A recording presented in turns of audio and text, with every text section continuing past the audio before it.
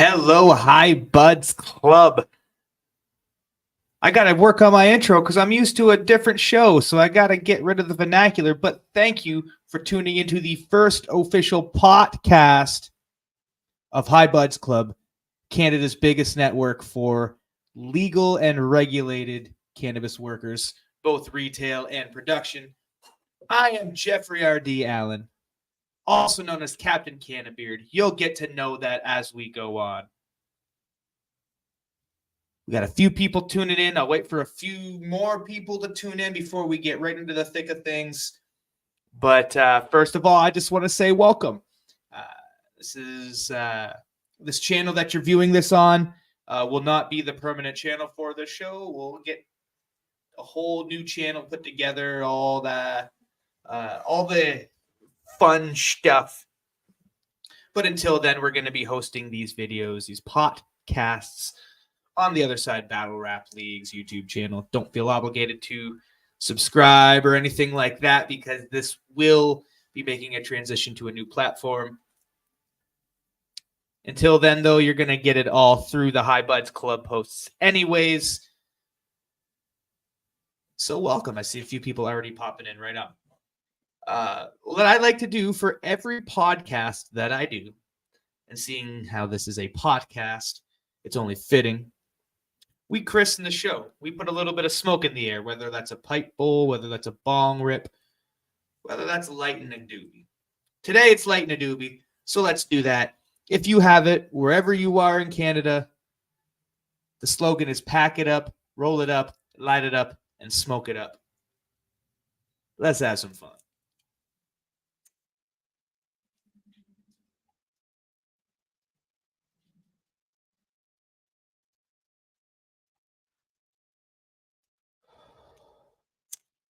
We're not going too in-depth into anything tonight. We're not doing any official product reviews. We're not going to have any terribly important discussions about legislation. We're not going to call out any companies for bad growing practices or financial practices.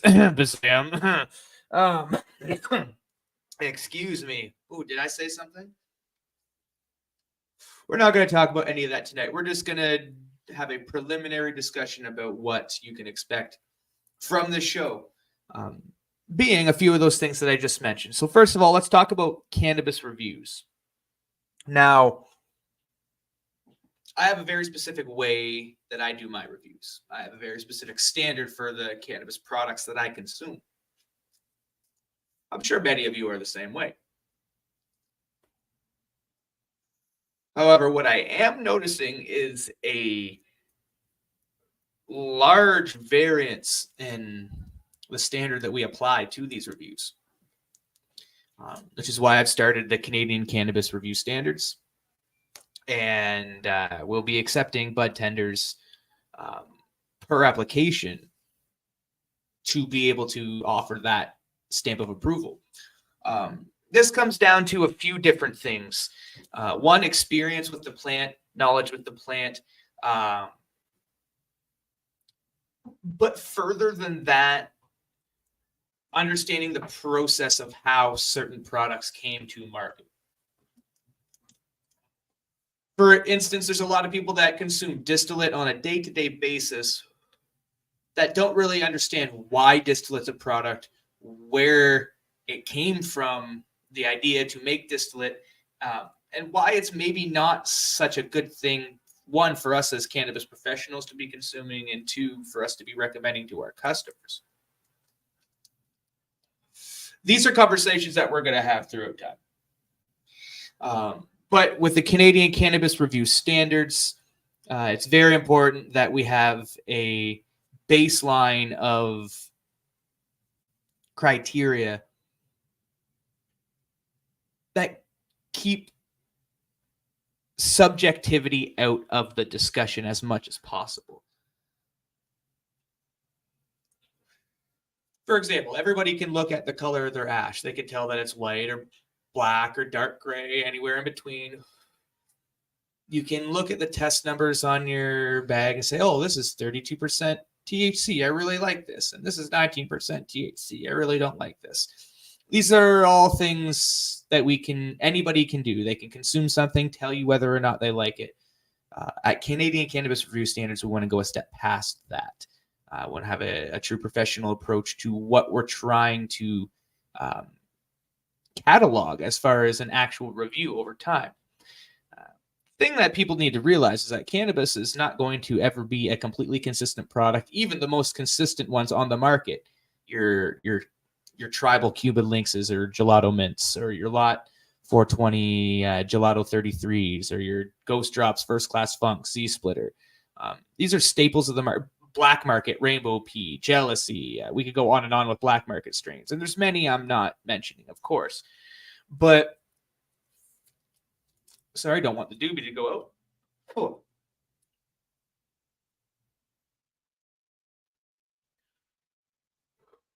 There we go. So we can all, no, I can list those products specifically till the cows come home.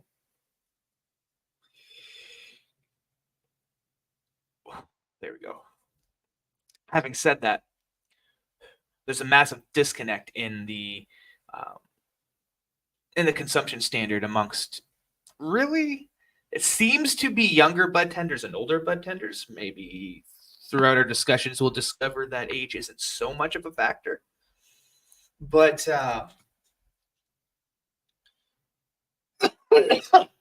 I'm missing oxygen. There we go.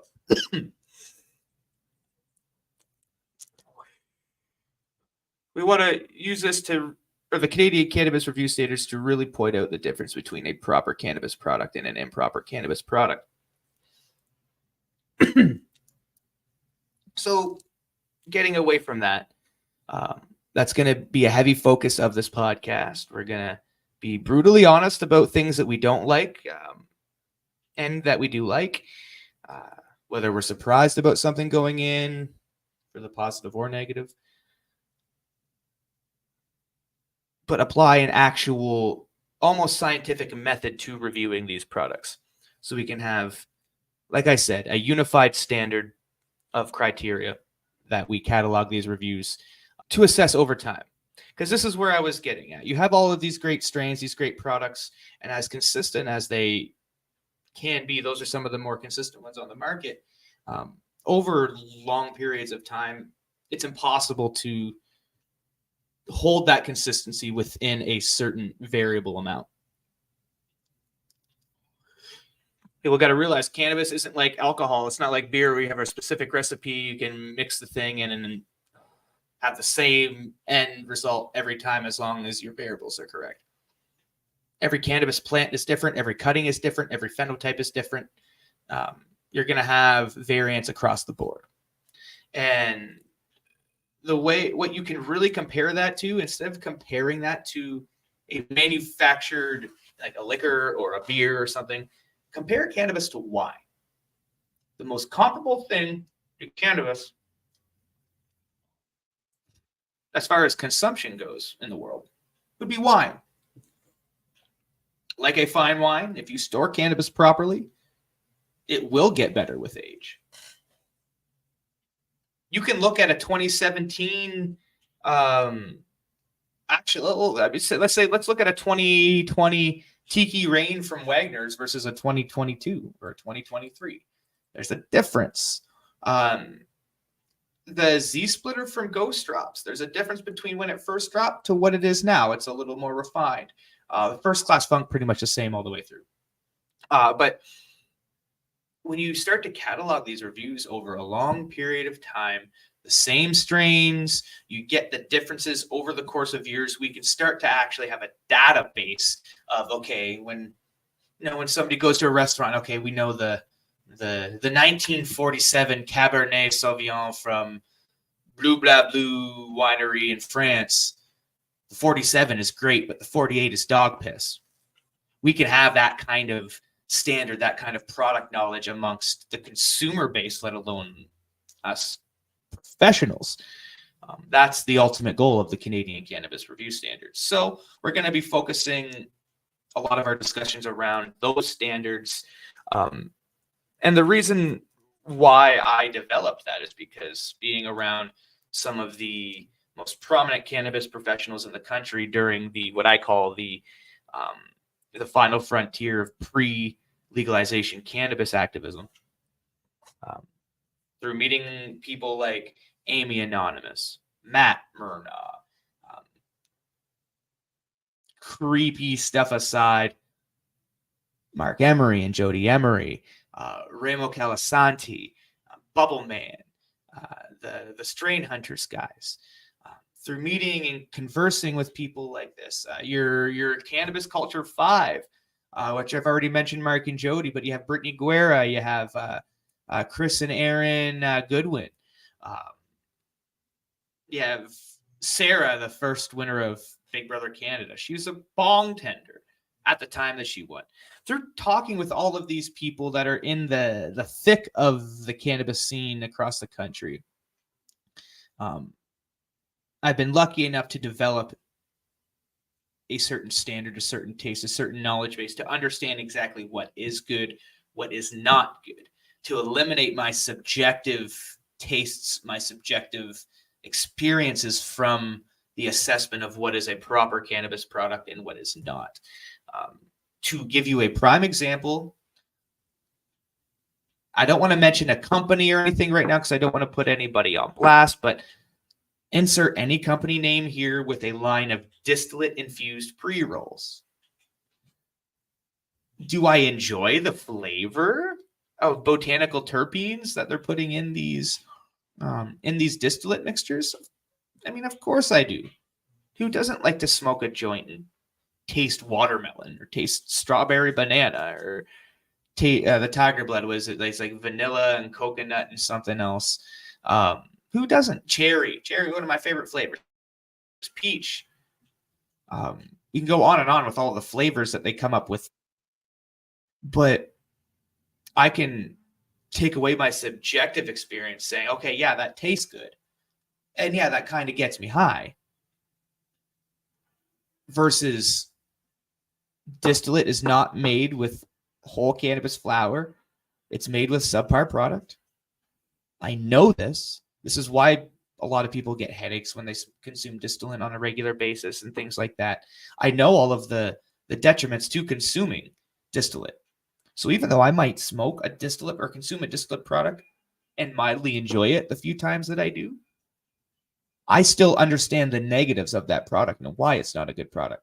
Another example. Let's get away from extracts. Let's talk about dried flower.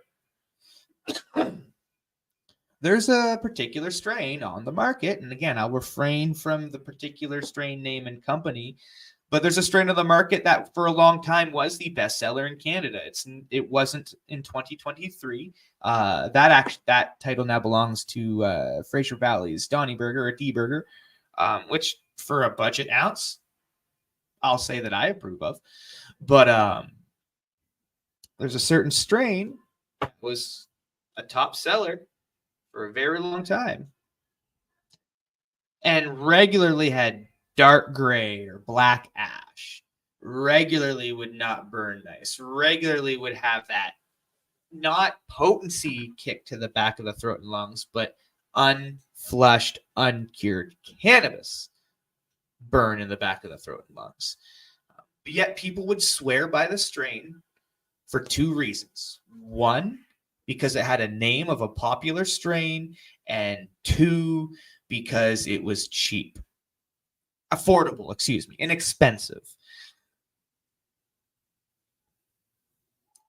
It doesn't matter how many people say that they like that product. If it's got dark ash, if it's got pests evidence, if it's bad bud structure, if it's a lot of stalk and stem weight, if it's, it can be any number. If it's loose buds, it doesn't matter how many people say that they enjoy it. At a certain point, there is a line where you can definitively say this is good quality and this is bad quality. Here on Come Fly With Me, we are not going to shy away from that discussion. We are going to definitively draw that line in many cannabis products that we consume. I think honesty is the best policy, especially when building rapport with some of these some of the customers that we get, because let's be honest, High Buds Club is a network of cannabis professionals across the entire country. We've got people in the Yukon. We've got people on the West Coast in British Columbia. We've got people on the East Coast in Nova Scotia, Newfoundland, and PEI, and everywhere in the middle and all around. So the spectrum, if you will, of customer types, it's hard to even fathom. We have every type of customer base that we can come up with. We have legitimate interaction within this network, within this community here at HBC. That's where we can start to help educate each other. Use this network. Don't just make it a frivolous way to connect with people. Let's use this to really set the standard for how this industry should be run. We have a lot of power because we have a lot of numbers. That's not subjective. That's just math. Even though many of us are at the retail level, when you really break it down, as much as we love our jobs, we're at the bottom of the barrel. That's okay. There's nothing wrong with that. Because there's so many of us, we can truly affect how legislation gets put forward. We can give the input that these representatives need to do things like increase potency limits on edibles, to do things like maybe allow for, who knows, bigger purchase limits. I'm speculating here, things that I would like to see, but excuse me, bigger purchase limits. Of course, get rid of the potency limit on edibles. Make it something silly so that nobody will actually need it. And if somebody wants to try it, well, that's on their own. It's like buying, it's like you can get 90% or 80% liquor or whatever. You can get moonshine from people. I don't know how legal that is. I don't know what percentage Everclear is or Bacardi. We got Bacardi 151, but you can have all these high alcohol content liquors. Why can't you have the crazy potent edible? People know what they're getting into. Nobody that's not prepared for a 200, 300, 500 milligram edible, nobody's going to buy that not prepared for what they're going to get into. If anything, that'll help educate the market from all of these people that, shop at the different res areas around that get wildly inaccurate potency claims on their edibles. This is how we can start to educate the customer base. Get rid of that potency limit. Just make sure we have to test it and label it. We already have that in place. Maybe we can get to a point as bud tenders where we force the legislation to where we don't have to have just pre-packaged products. We can deal. First of all, the ultimate goal would be to get rid of OCS completely, but that's a pipe dream. I don't know if that's ever going to happen. If we could get rid of OCS, that would be the greatest thing in the world. But they're here for now, so we abide by those rules. So that being said, maybe we don't have to have OCS shipping us just prepackaged product. Maybe we can say, hey, we need 3 pounds of Pacific OG from Tantalus. We need 5 pounds of Ghost OG from RC Supply Company. We need 10 pounds of shred split up in 2.5 or in 2 pound sections, 2 pound of Funkmaster, 2 pound of Narberry, 2 pound yada, yada, yada. And actually get bulk product in a big jar or a big bag. Have customers be able to open the bag or open the jar, smell it, feel the density of the bud, pick which buds they want, like the gray market dispensaries used to be. These are all things that we can push forward as the cannabis professionals in our country. We're the only ones. Between the LPs, the bud tenders, there's nobody else. If you work at a production facility, you definitely want that to change as well. You don't want to be pre-packaging all your crap. Realize how much overhead that is? You would rather have your sales rep, your brand rep, go to the dispensaries, try to sell the stuff, have somebody at the dispensary that's a buyer that is in charge of reviewing the product. You have a little cannabinoid tester on hand. This is not out of the realm of reality. These are things that can happen. These are things that have happened within the gray markets as they were forming at before our current legal market came to fruition. So that's one thing I hope to foster is the realization amongst us that we have the power to push legislation forward. We have the power to change things for how we want them to be. And I think that's pretty special. Again, this industry is 5 years old. We're still in the wild, wild west. This is a completely infant industry. There's going to be a lot of crazy stuff that goes on. There's going to be a lot of changes back and forth, especially when you start to see political regimes change. And I'm not going to get into the specifics of that. This is not the time or place. Having said that, the last provincial regime change, we saw a massive shift in what the legal Canadian or what the legal Ontarian cannabis framework looked like. We almost had brick and mortar OCS stores with no other dispensaries. We almost had that. Thankfully, that didn't happen. But as times change, as people change, as parties change, and leaders change, so will our jobs. Our jobs are going to change on a year-to-year basis for the next probably 10 to 15. If y'all can ride out that storm, we're going to be in for a really cool future. I'm going to end it there. Like I said, I want to keep this short and sweet. We'll keep it to a half an hour episode this week. This week, today, we're going to try to do this daily. A quick little episode, talk about a little something. For next episode, the one thing I want to bring up and have you guys maybe think about is the concept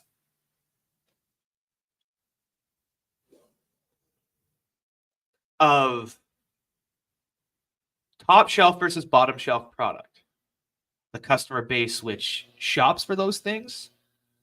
And is there any balance point in the middle where we can bring some lower tier product buyers up a tier versus maybe making some only top shelf customers venture downwards into the middle somewhere to find some of the diamonds in the rough? I've had some great experience. I have a couple of really good stories on both sides of that spectrum. I'm hoping to hear some from you guys as well. Until then, let's take another puff of this doobie. I've never had one doobie last me a whole podcast before. This is growth. Anyways, like I said, my name is Jeffrey R.D. Allen. I'm a bud tender, a cannabis historian, and I am your host of the first official daily High Buds Club podcast. Come fly with me. Until tomorrow, have yourselves a great night. Keep refreshing those emails, checking for that Rubicon flight. We know it's coming soon.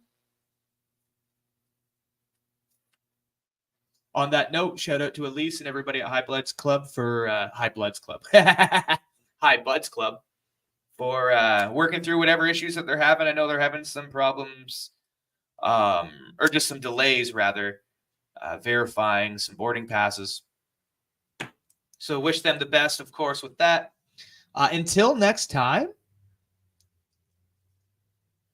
peace, love, happy puffing to you all.